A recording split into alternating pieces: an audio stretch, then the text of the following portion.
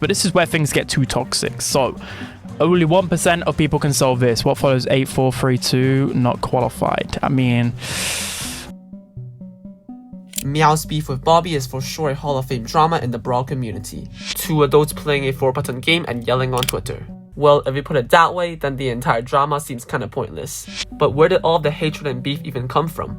And more shockingly, how did the biggest Trashtalker rise all the way to become world champion? Let's dive deep into the wildest drama in Brawl history. Well, first and foremost, you kind of got clickbaited. But wait, don't click off the video. I'll be honest with you, all of the trash talk happened after Meow became world champion. But the road to becoming world champion did stir up some of the drama which happened later. But first and foremost, who even is Meow? Peter Meow, Zedao, never mind. I'm sorry for butchering the name, but he was an up-and-coming prospect in 2022. He teamed up with Polish mates Novi, Jero, and Rama.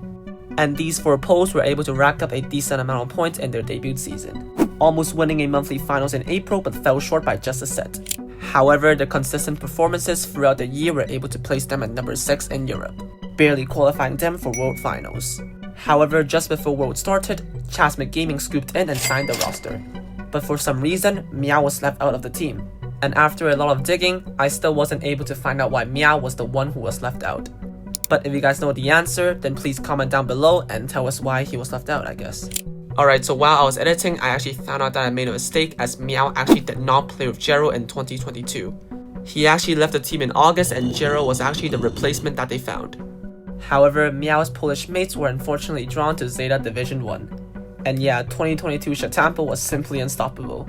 And these Poles got an early ticket back home as they were knocked out in 4 sets. But in the following year, Meow, Novi, and Jero would join Zeta Division. And this year, the Poles would go on to absolutely dominate the region, winning 4 of the 6 monthly finals. I swear bro, Zeta Division has some kind of aura, as all of the players they sign just simply get hypercharged. Like I think they're getting like a Colonel Ruff super from behind the scenes, to be honest. And ironically enough, in the 2023 World Finals, both Zeta and Stamina were drawn into Group C. And this will be the first match between Meow and Bobby. And all of the drama would soon follow. In set 1, a fantastic super from Meow secures a double kill, allowing Jero to safely pick up the gems and teleporting to safety, giving Zeta Division the lead that they wanted. However, in set 2, an intense base race finished with Stamina coming on top, and Stamina sailed on their momentum and also takes set 3. But Novi's clutch in set 4 tied up the match, and we will be seeing a set 5 decider in a random group stage match. But the TP no heal, using the other star power, and now he gets it! Set 5, inbound! But a genius Willow play by Zar brought Stamina the victory. Pull back, the mind control, no! Now he dumps it in his own net, secures the deal, and STMN catch a victory! Then Bobby tweeted this out, basically throwing shades to Zeta and saying that they were robotic and had no emotions. But that's just a dumb argument, to be honest. However, both Stamina and Zeta will go on to win their next match and qualify into the playoffs.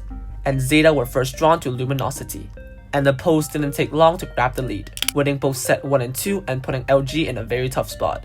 But Luminosity wasn't a weak team at all. They crawled back from hell and somehow pushed Zeta to a set 5 decider. The freeze, but Sandstorm, super from Chino, we're going to set 5! And Charles completely airballing the shot costed LG the match, as Zeta were able to pull a counter-attack to score the final goal.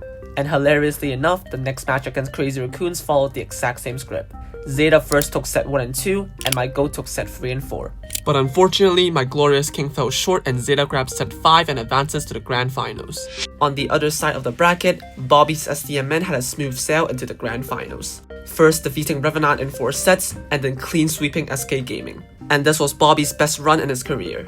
And a lot of STMN fans were cheering on Bobby for his first ever World Champ difference. And judging by the past matches, STMN did feel like they were the stronger side. However, Zeta pulled off arguably one of the most iconic drafts in Brawl history.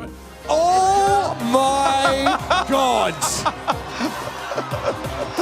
They picked Edgar, who was the worst brawler at that time in Heist. But to be fair, they dominated the entire match, ending Bobby's dream of becoming world champion. However, in that very match, the drama and beef were still kept quite low. But going into 2024, the drama and beef would slowly rise up. Then, many people online, mostly STMN fans, got quite salty over the loss, saying that Zeta were playing like robots and showed no emotions. But that's just a very dumb insult in my opinion. as not everyone has to be shouting like Kaisenat or whatever. I mean, Zeta were always known to be calm. If you look back to Shatampo, Tensai Achapi, and all the Japanese, they weren't known to be super passionate about the game. But when it comes to the pose, then there's suddenly a problem now? Well, I just think it's a very dumb argument, but the Stamina fans were being quite toxic. Following Bobby's defeat, Novi tweeted a yawning emoji right on top of Bobby. Like, this was legit the Princess Yawn emoji from Clash Royale. And the community was hyped as well, as the post usually showed no emotion. And this tweet from Tom cracked me up as well. And I don't know what happened to Zeta in 2024. Like, maybe they got a Brawler rework or something. As Meow started to go crazy on socials, throwing shades to Rama, who was his former teammate, and most importantly, forming an intense rivalry with Bobby. But let's cover some other trash talking that he did before we go touch on Bobby. I didn't mean that kind of touch, you know, like not the Diddy touch. Firstly, when Zeta beat a Totem in July's qualifiers, Chaos went on Twitter and said that sucking a certain something is less gay than picking Kit. And by the way, Zeta did drop Kit in the match against Totem. And Meow just tweets this picture, which I thought was pretty valid. Even though I don't like Hello Kitty as well, a win is a win and it's a fair game. Then in July's monthly finals, Meow tweeted this before the match against Totem. And if we look at the match that happened, Totem were legit 1 second away from sweeping Zeta. Doesn't matter, Meow can't make it happen, and Reply Totem are making it a longer game. And Zeta Division stretch it out and pick up jam number 10. But then Meow somehow backs his trash talk up by reverse sweeping Totem 3-2. And by the way, this was not staged, and Meow did tweet this before the game and was able to back it up. So personally, although I'm not a big fan of trash talking, I do give respect for Meow for pulling that off. Then Meow kinda used Spen LC's retirement to throw shades at Bobby again. Saying that Spen retired at a good time is one thing, but was it really necessary to drag Bobby in? Well, you know, it's mutual trash talk, so I guess it's fair. Basically saying that Bobby's time is up and he's no longer on par with the other pros. Leave the football before the football leaves you kind of stuff. And then this tweet was just perfect, to be honest. Rama and Bobby swapping t-shirts just gave Meow the best opportunity. And this guy was genuinely on a demon run, saying that the both of them were not even going to LCQs. And again, since Bobby was an NA player, Meow just opened fire on the entire NA region, saying that their region has not won anything major since, you know, the dinosaurs were here. And to be honest, he wasn't wrong, as the North American teams has yet to win even one World Finals. And some NA fans do be acting like they won 6 or something, cause you know, they are so toxic on Twitter and stuff, so I get why Meow was annoyed by these NA fans, and you know, it's a valid trash talk. And to be honest, the majority of fans were still fine about his trash talking, as both Bobby and Meow were going back and forth, and it was quite entertaining, to be honest. But then, after NA's July's monthly finals, Meow's trash talking just went over the line. In the quarterfinals of July, Stamina were drawn to Tribe, and basically, Stamina has to win this match if they wish to go to LCQs. Otherwise, their season will be immediately over as they were 5th in NA. And starting the match, they were looking really strong. Even against Tribe Gaming, they played really well and were up by 2 sets. And they only had to take 1 more set to advance to the next round. But then Tribe pulled off a reverse sweep, winning 6 games in a row to knock STMN out of the competition. He can't punch his way in there. A super pass. He's done it with the back off, and they buried their rivals. Tribe Gaming continue forward. STMN are going home. And following the loss, Meow went on Twitter to tweet out multiple toxic threads, laughing at him that his season is over, that he's not qualifying for Worlds, and you know, just inflating his own ego and said that he has qualified for Worlds. So trash talking is one thing, but then laughing at people when they're down, when you know they're not doing that well, is another thing.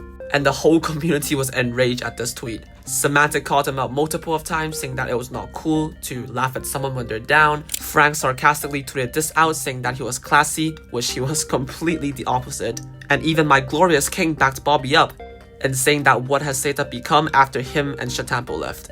Other commentators like Teddy and Ark also replied and said that it was simply not okay. And these clown pictures of Meow soon followed, and it was quite funny, to be honest.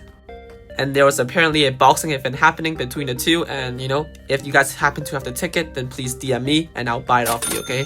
But at last, Meow did come on Twitter to apologize to both the players and also the fans, and said that some of his tweets were not in good taste. So fair plays to him, and you know, they lived happily ever after.